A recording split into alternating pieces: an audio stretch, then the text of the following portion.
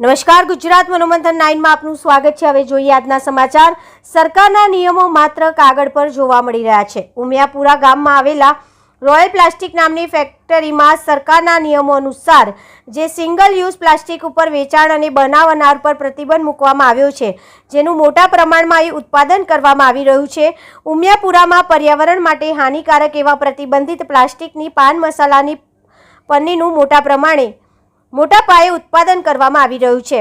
પ્લાસ્ટિકનો જથ્થો જોવા મળી આવ્યો હતો। તપાસ દરમિયાન જાણવા મળ્યું કે ઉમિયાપુરામાં મોટી ફેક્ટરી ચાલી રહી છે।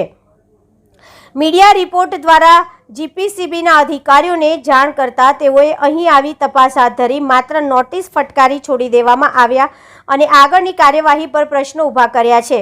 તો શું માત્ર નોટિસ ફટકારવાથી આવું યુનિટ બંધ થશે ખરા? આવા યુનિટ પ્રતિબંધિત હોવા છતાંય ધમધમી રહ્યા છે। તો શું સરકારના નિયમો માત્ર કાગળ પર જ સીમિત છે? હવે જોવાનું તે રહ્યું કે શું ફેક્ટરી બંધ થશે ખરા? હેડ ઓફિસ ગુજરાત મનોમંથન 9। શું નામ છે તમારું? તમારું નામ શું ભાઈ? કેટલા વર્ષ થયા તમને?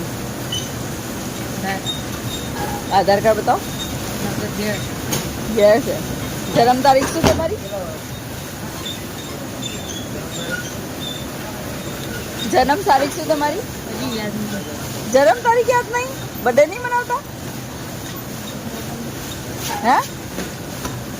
તમારો બર્થડે શું? 2002। તમારી? યાદ જ નહીં? સારું, વાંધો નહીં। કેટલા વર્ષથી નોકરી કરો? હે? કેટલા વર્ષથી નોકરી કરો? હા, કેટલા વર્ષથી નોકરી કરો? મહિનો થયો। ભણવા નહીં જતા? ભણવા